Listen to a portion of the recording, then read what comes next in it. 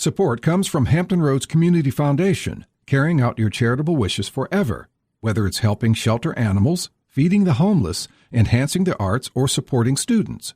Learn more at leaveabequest.org. Hello, everyone. I'm Barbara Ham-Lee.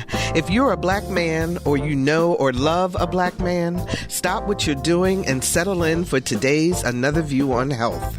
Our guest is Dr. Marc Latta, a nationally certified physician associate specializing in critical care cardiac surgery. He's a major in the Delaware Army National Guard, serving as an aviation PA. His doctorate in health sciences is from EVMS, and he has degrees from North Carolina State University and Duke University. He's a husband, father, and friend.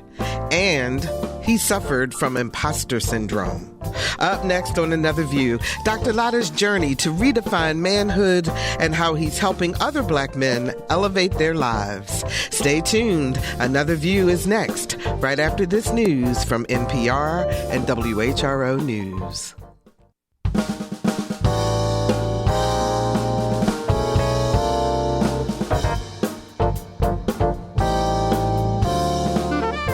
Discussing today's topics from an African-American perspective, this is Another View. Good afternoon, everyone, and welcome to Another View. I'm Barbara Ham-Lee. Well, it's the fourth Thursday of the month, and so you know that means it's Another View on Health. And it would not be Another View on Health without my fabulous co-host, cardiologist Dr. Keith Newby. How are you, Dr. Newby? I am doing well, and I appreciate that wonderful introduction and the checks in the mail. There you go. Oh gosh, it's good to hear your voice. Absolutely. Always yours as well. Always. Now, if you listen to Another View regularly, audience, and you've heard me talk about Moorhead Manor Bed and Breakfast in Durham, North Carolina. Now, it's the second home for me and my husband, Maxie, and something magical happens every time we visit. We join other intelligent, engaged, witty, and passionate African-American friends around the kitchen table, which we affectionately call the table of knowledge. And we talk about everything from politics, racism, family dynamics, sex, you name it. And that's where I met our guest today. Dr. Marc Latta has taken life lessons he's learned and created Elevated Black Man, a safe space for African-American men to define what it means to be a man in a world that does not always appreciate them for who they are. Dr. Latta, welcome to Another View. Miss Barbara, thank you for the introduction, and hopefully Dr. Newby can send another check for me too. There you go. Absolutely. It is so good to have both of you. Now, audience, I will let you all know that both gentlemen on our show today are members of the Omega Psi Phi fraternity.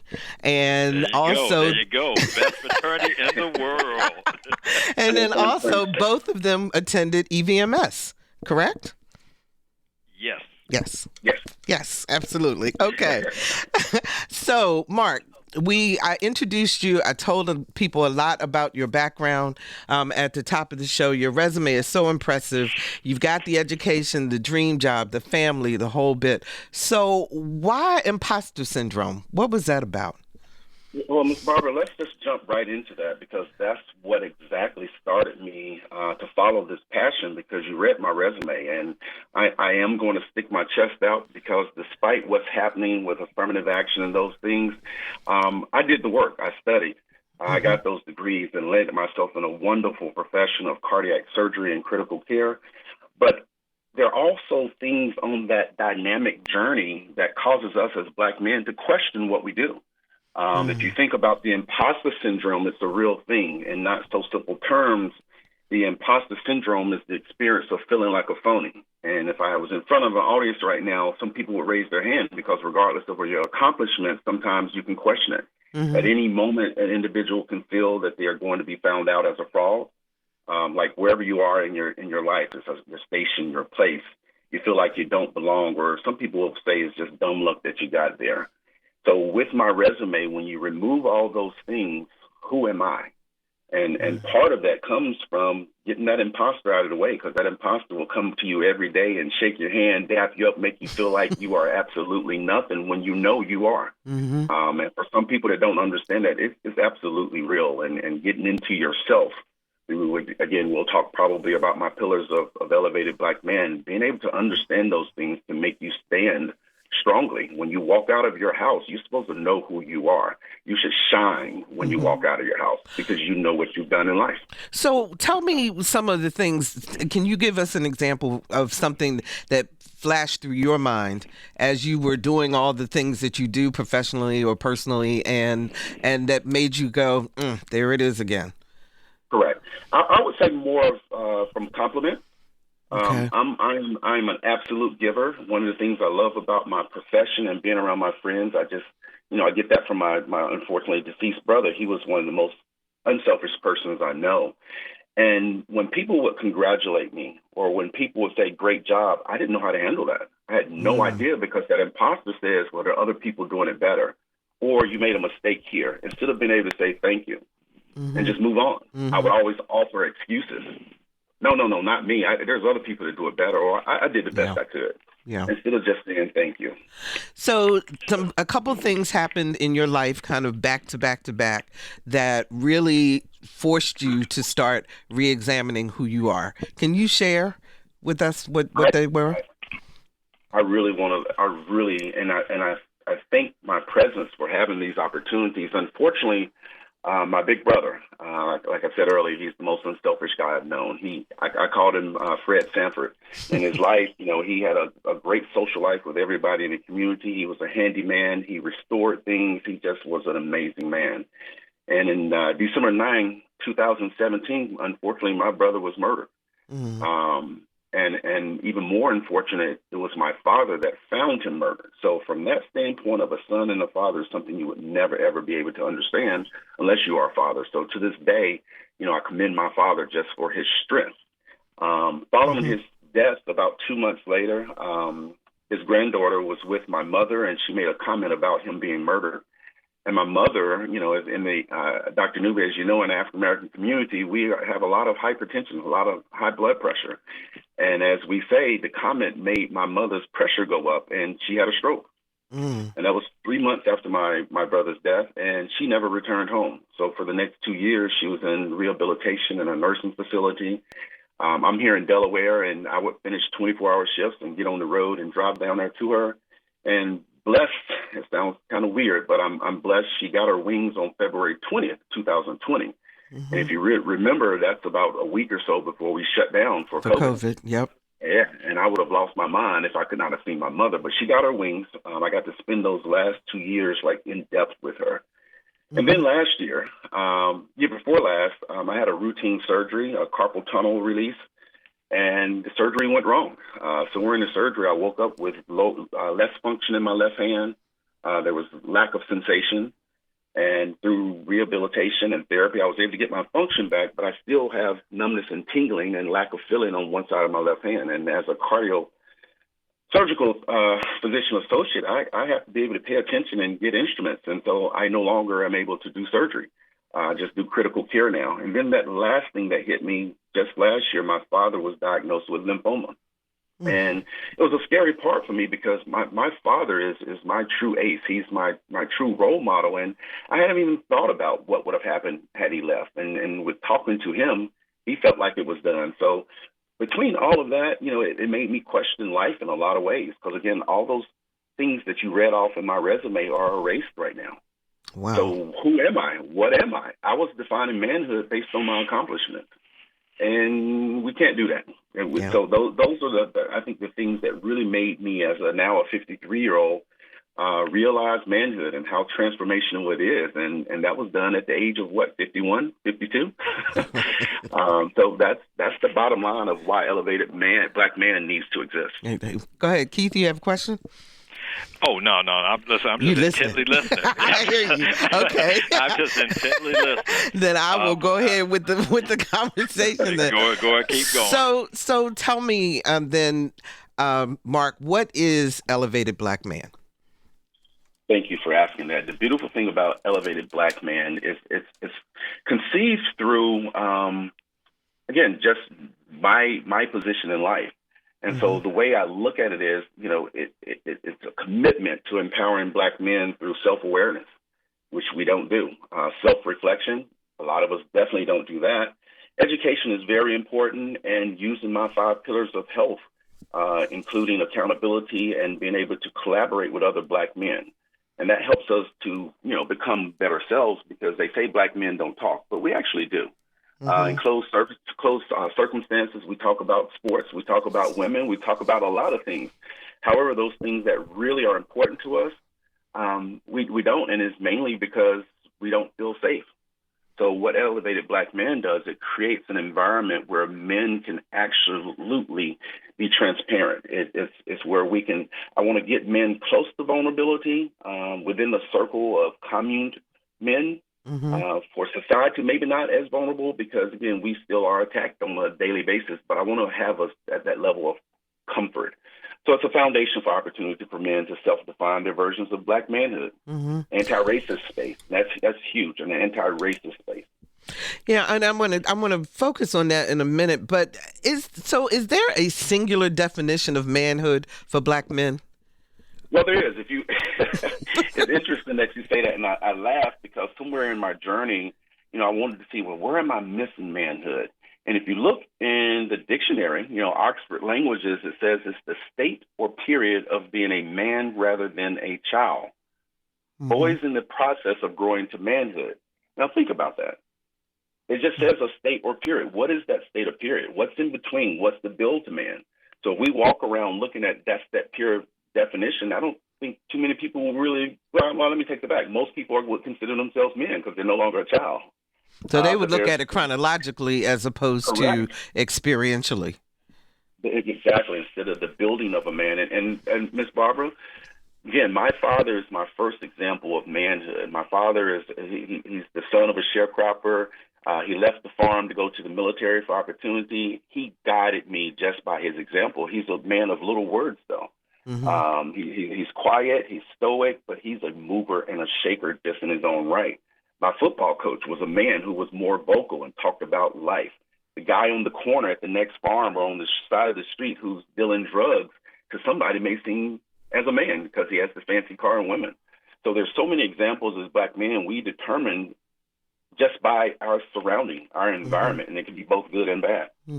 Keith, I wonder, can you talk about a path to your manhood in terms of, in other words, were you thinking about it in the direction that Mark is talking about as you were growing up? Well, it's kind of interesting. And I think you and I have talked about this before. My father died really, really young. He was 41, and I was 7 years old. And there's certain things I think about losing a parent that does change your aspects of life, and it does affect you. I've kind of had a pastor one time, she and I used to talk a lot, and she always used to tell me that you go into relationships and you bring baggage with you, which is true for your previous relationships. All your life experiences go into who makes you you. And, I tell you, I think I've learned I stay humble a lot because my life could have been different. When you're growing up, that you out with the boys and you're doing something, they get ready to do something wrong. Should you do it with them or not? And if you did, your life may turn out to be totally different than what it is. So I didn't have a lot of male role models growing up. I got my information off TV, to be honest with you. But I tell you, I guess those trying experiences, and, my mom as a woman, it's hard for a woman to teach you how to be a man. They can give you some ideas, and I have had some people who I think influenced me in a positive way. But I think I kind of came up with this idea of being a man is being responsible. Nobody's ever had, even when as a young guy, when I was 19, I left home and went on my own. My mom was like, listen, the rules of the house are as such, and I didn't want to follow those rules. And it wasn't, I was never about to get in trouble, but I wanted to stay out with the boys. I was I was a mega man, and my mom told me I got to be home at 12. Exactly. And I'm gonna tell you, the guys were picking with me on the regular, and I'm like, "Where are you going?" I'm like, "I gotta go home." And my mom told me I gotta be home at 12. But I understood her position, but that all these things kind of, these life experiences teach you things that you have to incorporate, or you should incorporate in your life. So my thing was all about responsibility. Being a man was one that I take care of things that need to be addressed. My wife never has to, want anything. But my wife's very independent, and she puts her foot up my tail on a regular basis about things. But she does it with love and caring because, again, she knows I have her back. My kids, they know I have their back. So I came up kind of differently with this conceptual idea of what being a man was about. My biggest problem is I see somebody that's not doing what I think they're supposed to do. I sometimes get into these debates with people. If I see, because I'm like, because to me, if I see a man living off of a woman, I'm about ready to have some words. That's not, I'm like, and they're proud of that. And I'm looking at them like, you seriously? And that's just, again, these are just experiences. But what I have found, and I agree with Dr. Latta on all avenues and all aspects of what he's saying, I kind of have this understanding and this ideology that as a man, you help other people and elevate them to a level that you hope will get them to a place where they should be. So it's all about that community and that engaging kind of, things where you don't, like an example, if I'm blessed with something, I'm going to share it because I hope that somebody would do that for me. And regardless of whether they do it for me or not, I'm going to keep doing what I think is the right thing to do because I'm working, to score points with a higher power. 757-440-2665 or 1-800-940-2240 are the numbers to call to join our conversation. We're talking about African-American manhood. We're talking about tapping into that space and growth and with Dr. Marc Latta and with Dr. Keith Newby. 757-440-2665 or 1-800-940-2240. Mark, I want to ask you a question. This journey that men should take, regardless of where they are in life and when they decide to do it, is this a solo journey or can the women in their lives play a significant role?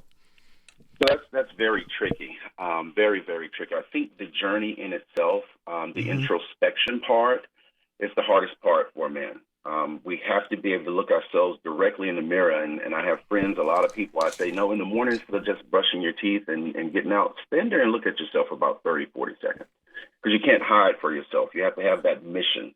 Now, my marketing person who's helping me develop all of this, one of the things that she said is men do listen to their wives as well. So we want to have this open for women to kind of understand, because that encouragement from that important woman in your life, even whether it's your wife, your girlfriend, or your mother, as in Dr. Newby just spoke of. So I think primarily it's a journey for men, but the support of women is definitely necessary. It's definitely necessary. We listen to women a lot, even though we might, buck a little bit, but we hear what you say, especially if we care about you tremendously. And that's also part of manhood, is being able to be vulnerable with people that you love, to be transparent and have those open conversations with your spouse or your girlfriend or your friend. A lot of times when we have those open conversations, just their intuition.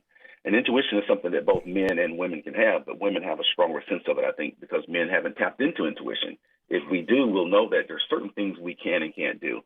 So to answer your question, I think it's equal with, no, let me take that back. It's not equal. I think the journey, the mission has to be the man, but the woman's support is everything. Can be supportive, That's from the Most High as well. So you said that there are 5 pillars, physical, emotional, mental, spiritual, and social. How does that work? In other words, are these like different workshops? How do you utilize those in order to help men to grow and to elevate? Okay. So from an individual standpoint, the platform will focus on all of those areas. And it can be as a singular form, because not every man needs it. I've seen some men walk around that can lift a house with 0% body fat. and they're physically strong, but what about their mental health? Are they able to overcompensate because of their strength and not use their mind? You may have a man who, socially has a lot of good friends who works with people very well, but his spiritual health is lost. So I think all 5 components go together. So my goal is, I'm going to travel around the country doing small workshops on individual topics or the whole multi-day conversations covering all of my pillars. I hope to, be on more shows like yours to be able to get the message out there. I have a podcast that's going to be coming in the next month or so. And I think the biggest thing is through Men's Elevate coaching. By the spring of next year, I'm going to open doors to more clients to where I can have that one-on-one relationship with them, as well as small groups. And I've been testing my friends, and some of them are listening right now. Over the past year, when we get together, I'll just, we might be talking about sports, but I'll ask somebody like, so how does it really make you feel when your team lose? And the brother will look at me funny, I'm like, well, what does that mean? And I'm tapping into their emotions to do more than just anger. Well, I'm upset. Why are you upset about the team? Well, because I thought this player, there's a lot of reasons we can do that. So I think the pillars work in conjunction for the wholeness of a man, but also to fill in those spaces where a man may be lacking. So what are the biggest fears Black men face in terms of manhood? What do you think?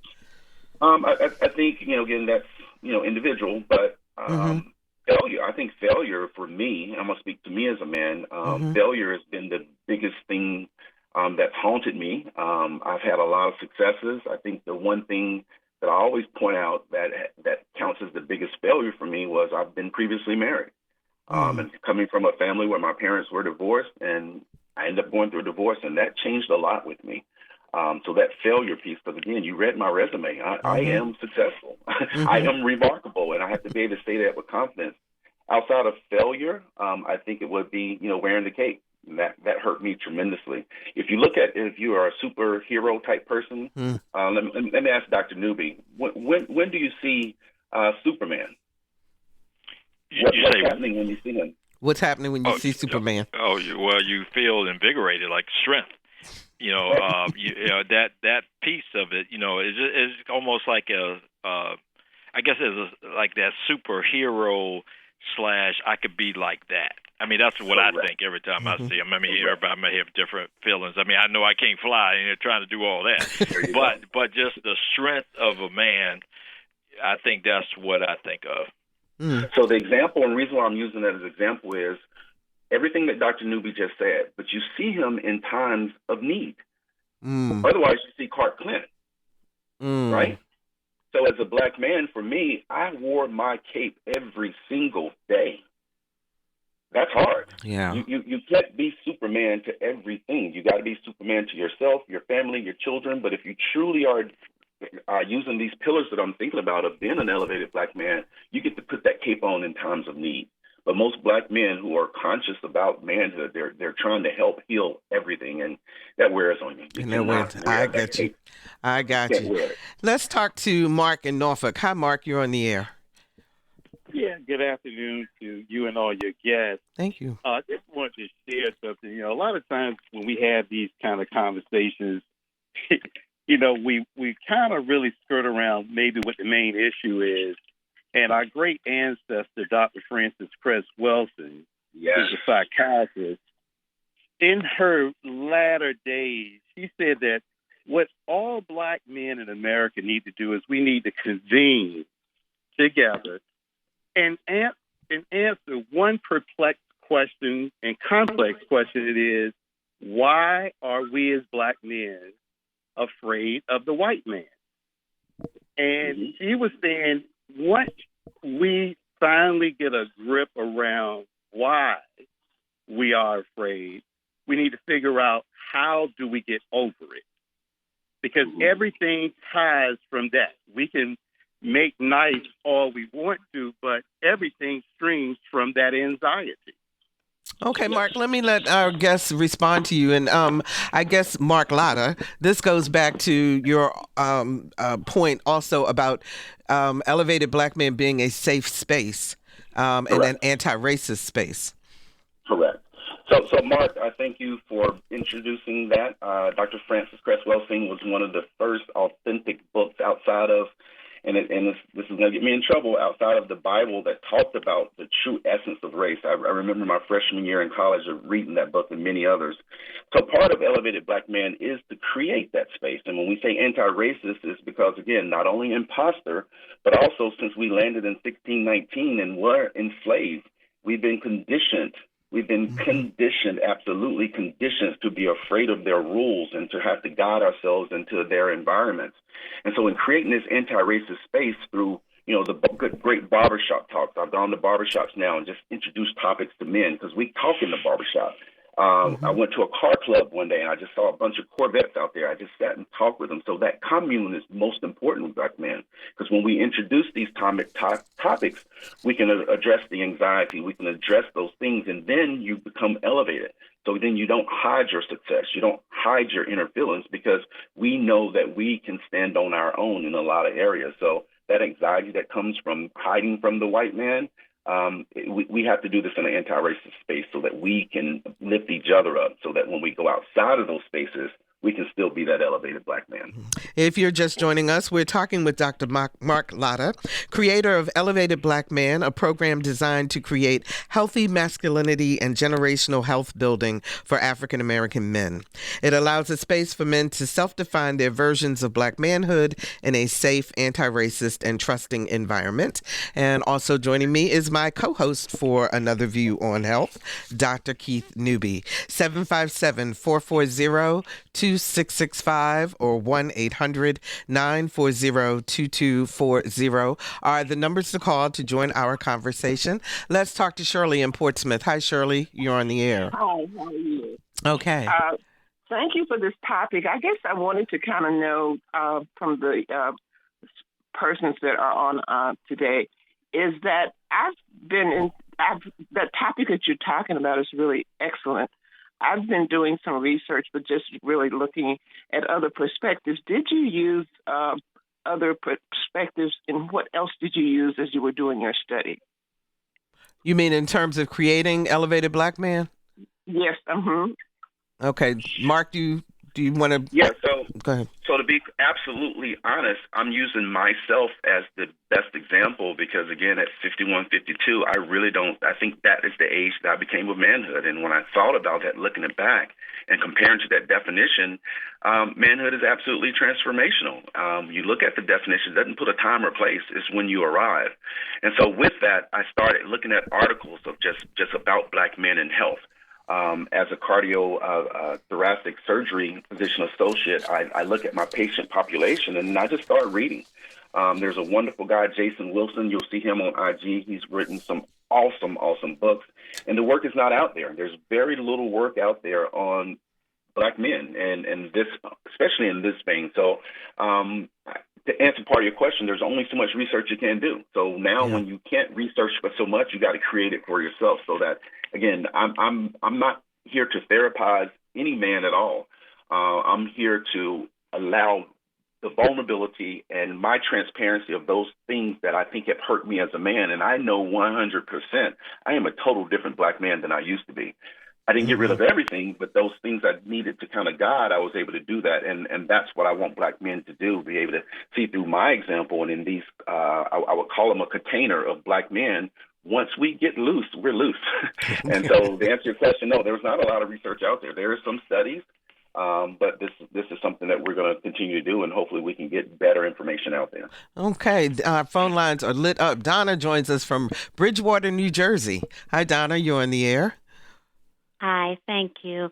My question to Dr. Latta is around trauma and how to support and help Black men, and in your case, elevate Black men when they may be dealing with lots of deep, hidden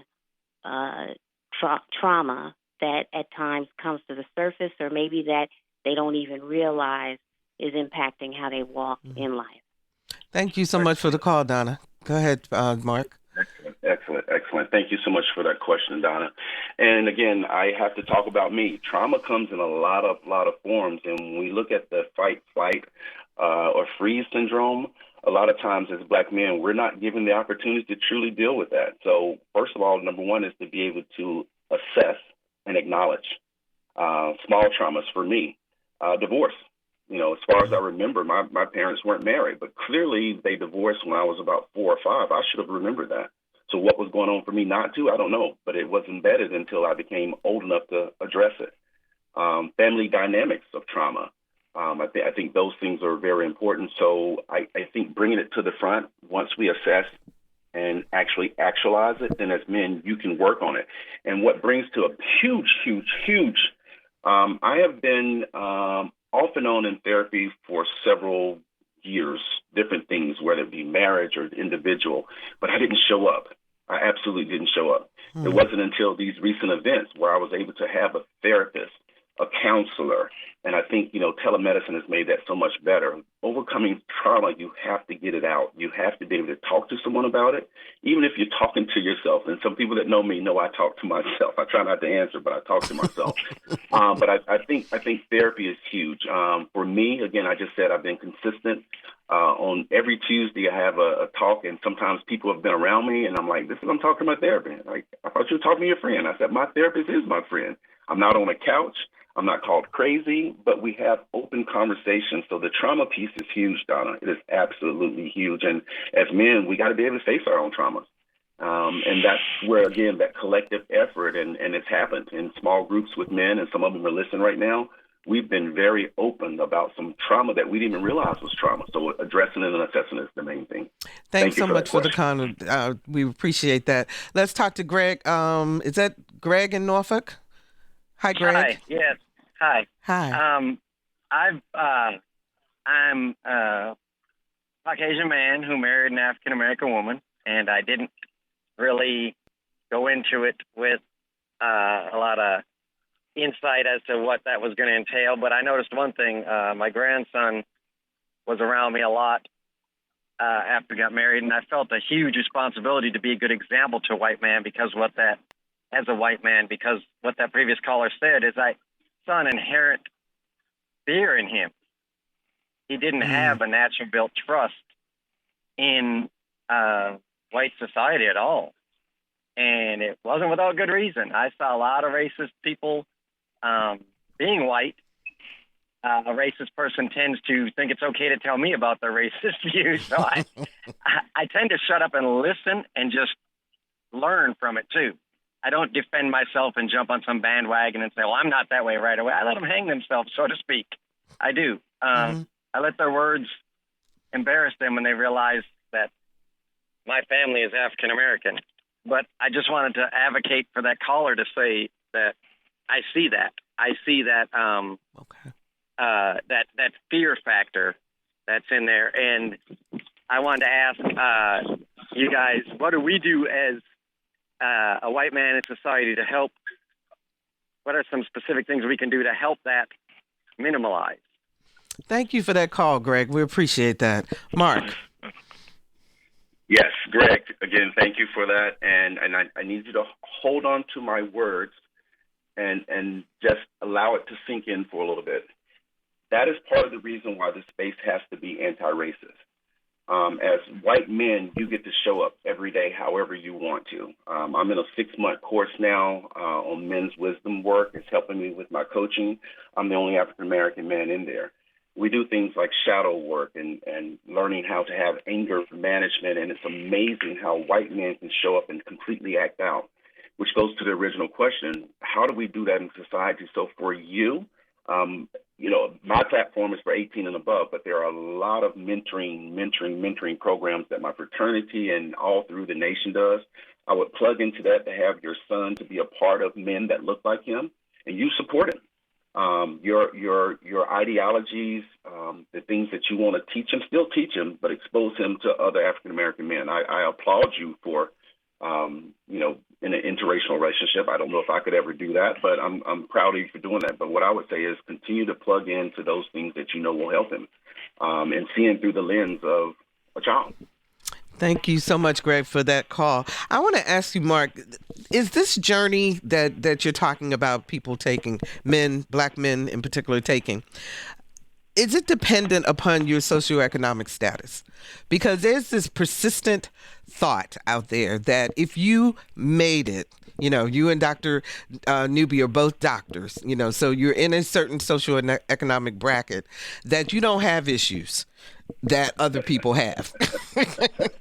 So I guess my question is as a man goes through this, depending on does it matter what socioeconomic situation they're in terms of their being able to accurately and authentically define their manhood?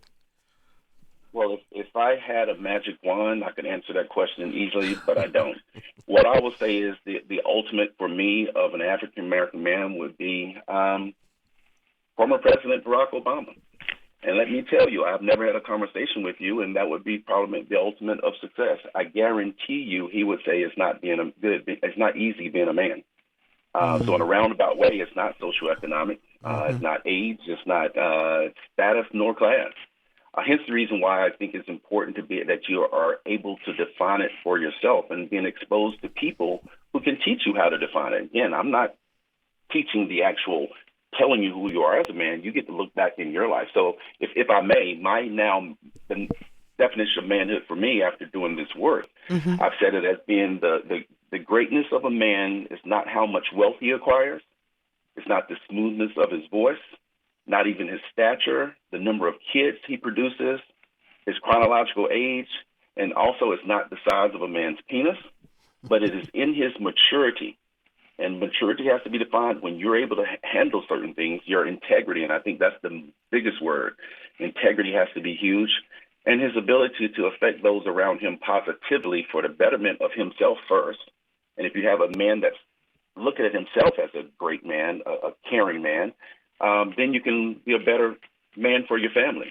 And then most important is the community. Because I just said there are boys that don't have fathers, even men that have fathers in the home. But if you have a commune of men that have defined it and are actuating their purpose, there you have it. So to answer that question, I think no, it does not. If you're born in America as a black man, it counts for you. And the same thing goes when I mentioned therapy. I think I'm 50 years behind therapy. I should have. Most black people, to me, when you come out of the womb and come to understanding, you should have a therapist. Got you. Dr. Newby, we haven't heard from you. You all right over there? Oh, yeah. I was listening. I've been taking notes. I'll throw my little 2 cents worth in here. I tend to, I think one of the other callers asked about what they could do in the face of their man or somebody they know having trauma. And one of the things I would always encourage women to be is try to be supportive and listen. A lot of times I find that, sometimes women they'll try to kind of more interject their feelings into it and tell you what you need to do as opposed to just letting, because, men will shut down. We will shut down when we're not allowed to express ourselves the way we want to express ourselves. And if we are chastised for feeling a certain way, I guarantee we will shut down quick. So that's that one. So I would always tell somebody, just listen. Sometimes you don't have to always comment. But we will open up more, I think, to women if we are allowed that freedom space to be ourselves and to, communicate. The one thing somebody mentioned earlier about that fear factor, and I'll be honest with you, maybe I'm an anomaly. I've never been afraid of white men, period. I'm just like, when I feel like somebody's coming after me, I'm going to come after them just as hard. And I think... But there's a trust factor, and one of the callers mentioned that when he was talking about his grandson. And I kind of wonder, is it as much fear or is it lack of trust? It could be a combination of both. Yeah. It's hard to say, but I tell you, though, that trust factor is, I think, one of the biggest things to me over fear. That's my personal feeling on that one.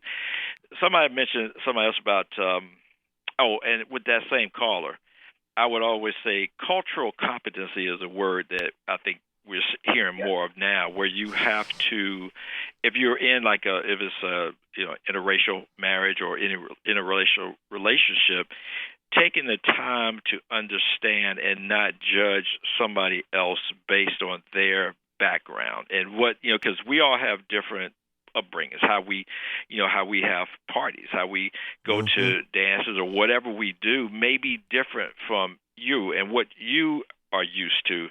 And understanding that because you have different cultures, your way you perceive the world and how you handle things may be different. But if you sometimes take the time to understand, because it's different doesn't make it worse. Yeah. Doesn't make it better. Just makes it different. Just makes it different. Yeah, and just to understand that piece, I would say. Then finally on that piece that you mentioned about the different men of different socioeconomic statuses. The only thing I would say to that I kind of wonder is it really a difference, or just when you're at a certain level, you may have just different problems. Because if you have maybe a different socioeconomic class, I think we all still have problems, but we may have different problems. And that may be an issue as well. And again, these are just perceptions. I wouldn't stand by any of them, but just my thoughts. I got it all out. If they're your thoughts, and you stand by them, absolutely. Yeah, I stand by them. Let's go back to the phone lines. Patrick joins us from Hillsborough, North Carolina. Hi, Patrick. You're on the air. Yes, I would like to commend Dr. Latta on commenting on the fear of failure. We both grew up together. He's a relative. And the fear of failure will push you to the brink of no return. We were both brought up to protect, provide, and support for your family. And if you can't do those three things, you can sometimes feel that you are a failure. And I'm also glad you mentioned a therapist, because until my father got sick and before he passed, I was running myself crazy trying to fix everybody's problems, including mine. And finally, my therapist sat me down and she told me that, hey, it's time that you got to take care of yourself, because without your mental health, you can't do anything for anyone else. And it took me a long time to step back. And then he mentioned the loss of his mother. I lost my father 2 months later, my mother 7 months later. So our family, we went through a lot together, but we all stuck together. And that was a great thing. Applaud him on his journey. And just wanted to get that out there that I'm glad he has this platform and is doing well. Thank you so much for the call, Patrick. We appreciate that. Mark, that must make you feel good. Man, that makes me feel really good, because even when I talked about what you see as men, and that's my cousin Patrick, we're basically the same age, but growing up in high school and knowing his father and my grandfather were brothers, Patrick, believe it or not, was one of my examples of men. And I think he reached manhood probably, well, he did. He absolutely reached manhood before I did. And we're basically the same age. So, again, that's why I say manhood is transformational. But some of his thoughts and the way he's always carried himself, to me, was manlike. And we try to imitate life, correct? And Patrick has always been one of those. So I really thank him for calling. And for people from our community, we're in a very rural farming community, and I think it's even worse in those areas because of distance, because men, that don't get exposed outside of the community. So we have nothing to look at but the men in our community. Gotcha. So we got a call from David in South Carolina. This is going to switch topics just a little bit, but since I have two cardiac specialists on the phone, he wanted to know if we could talk about heart health in the sweltering heat. The question of the rise of CO2 and the impact on your heart. Can either one of you address that? Well, I wouldn't say that heat per se rises your CO2. I mean, it increases your respiratory rate, but you're going to blow off that CO2 as fast as you take it in. I think the key thing is going to be hydration and, the stress of that heat. In other words, if you're going to be out there working, to the nth degree, and you have hypertension, you ain't been to the doctor in 20 years, those types of things are going to be more problematic, I think. So the heat, I always say heat is just an atmospheric condition. You should be getting your health addressed anyway, period. So, but I would say that if you first know your medical history. first and foremost. Exactly. Understand your medical history. Second is, if you're going to be in heat, make sure that you do have some way of staying hydrated, because that, I'm going to tell you, dehydration can really have just heat strokes, all these things that can happen as a result of that. Those are things that can be totally avoided. So, I think if you're outside and you're feeling some kind of way, you need to go back inside. So I think it's really going to be about understanding your history. If you have medical conditions that put you at risk, try to avoid those really hot, humid days being outside for any length of time. I'm not saying don't go out at all, but don't go out and try to cut, 2 acres of grass and pull up every weed in your yard just because you have to get it done, and you've had 4 heart attacks and bypass surgery. You want to be careful, understanding your history and understanding that, and then look at your venture based on your condition. Got you. Anything you want to add, Dr. Latta?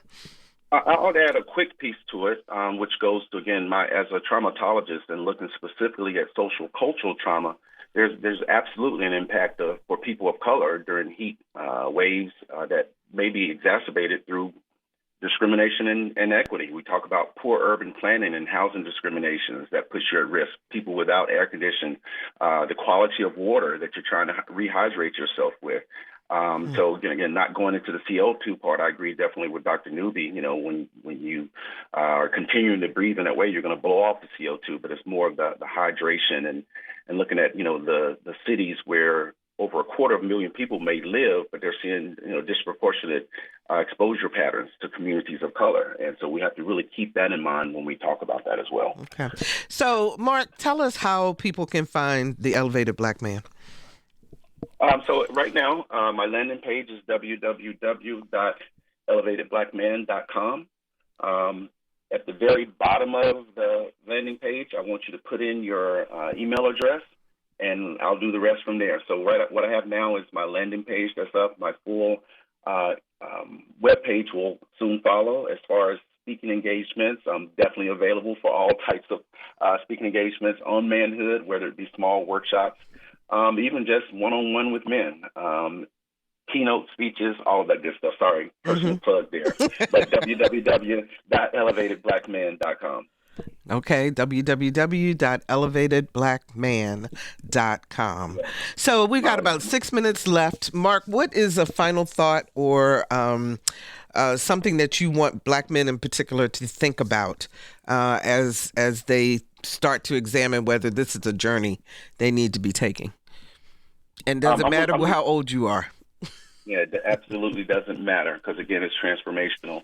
And the reason why I specifically hit 18 and above, male identifying, that takes into a whole nother conversation, is because of the stating that Frederick Douglass, and I use this all the time, it says it's easier to build strong children than to repair broken men. I'm going to let that sit for a second. It is easier to build strong children than to repair broken men. And most people will 100% agree with what Frederick Douglass said. But I want you to pause and think about that because the tenet of that statement is significantly true. However, what do we do with broken men in need of repair? Yeah, you can't just leave them out to pasture. Right. You can't cast them out. You don't leave them stranded in disrepair. And more importantly, expect them to build strong children. So for a long time in my life, I've been mentoring kids, but if I'm broken, what am I really giving them? So my last words is, brothers, let's just tap in. We get the opportunity to reimagine manhood. You specify that sexual orientation is not an issue in terms of who you invite into the group also. Why is that important?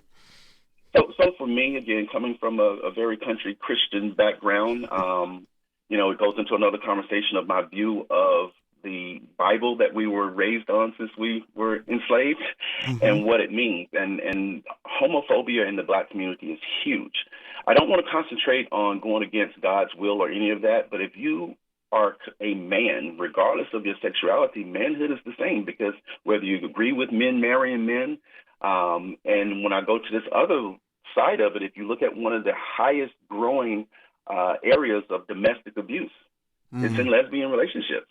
And if you look around and see some women that have a pronoun of he or him and that are dressing like men, who walk like men, who speak like men, who wear boots like men. It's that visual perception of manhood. So I'm not against lesbian relationships, but I am against lesbian relationships where women are getting their behinds beat by another woman. It's the same concept. So I want to be able to tap into just that thought of male identifying. So that's why I removed the sexuality part. And I know a lot of people don't agree with that, but for me, I think it's very important. Okay. All right. Dr. Newby? I just think that, what I would say in your definition of manhood, don't think that carrying a gun and shooting somebody is making you a man. Human life is precious and should be treated with respect. Your differences, to me, a true man knows how to resolve his differences without violence. And again, that's just my particular 2 cents worth, but I don't need to kill you to make a point. And I think, and that's where I think mentorship, and Dr. Latta just mentioned that, I think a little while ago, is mentorship is so important that we as a unified group need to really give our time and our efforts to really help mentor some of the younger people coming up, to try to really get them to see you can be successful. You can have things just through hard work and perseverance. Was one of our 4 cardinal principles in Omega, though. Just throwing that in there. I have been waiting this entire hour for something to come through about Omega. Well, I figured since we're right at the end, I figured throw it in now. We are Omega men in essence. So, yeah. There you go. Not the other fraternities, but all Omega men in essence. Just some were able to cross the burning sands versus others, and that's okay. We support everybody. But to that point, Mark, and fraternities, do you think that they will embrace this whole idea also? So the beauty of this, and a lot of people know me that, outside of fraternity, I have very few friends. And to me, I think that's a negative thing. It's just the safety that I've had amongst my brothers to be vulnerable. It was my brothers that helped me get through medical school as a single black person. It's my brothers that's helped me through a lot of things in life. But I know they're going to be probably more resistant than many, but I hope they will be included. And again, it's not limited to Omega. That's why it's called Elevated Black Men. It's not Elevated Fraternity Men. Exactly. That's a whole separate issues on its own. But as men, we have to separate ourselves from all those things. So if you want to find out more, it is elevatedblackman.com. We are out of time, gentlemen, but I thank both of you so much. That's Dr. Marc Latta and Dr. Keith Newby, as always. And for audience, this is a perfect show to share with the black man in your life. Simply go to anotherviewradio.org and download the podcast. And this is the place to find all of our Another View programs. And please don't forget to sign up for our eView newsletter. It's a once-a-week reminder of upcoming shows. Next week on Another View, Dr. Eric Claville with his award-winning Claville Report. I hope that you guys will tune in for that. Our theme music is an original composition created especially for Another View by Jay Sennett. Lisa Godley, she's on assignment. She was actually out there with the swimming horses in Chicotee yesterday. So special thanks to Dr. Barry Graham for producing today's broadcast. Jordan Christie is our audio engineer, and Danielle Saunders answered our phones. I'm Barbara Ham Lee. You know what? Life is short, so hug your loved ones. And let's get together again next Thursday at noon for Another View.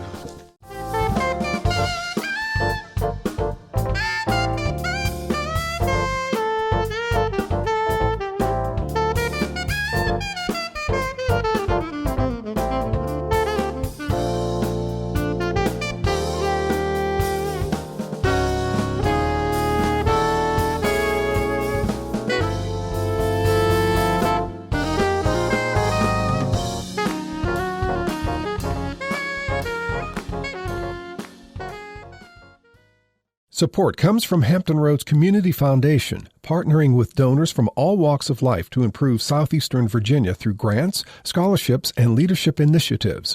Learn more at hamptonroadscf.org.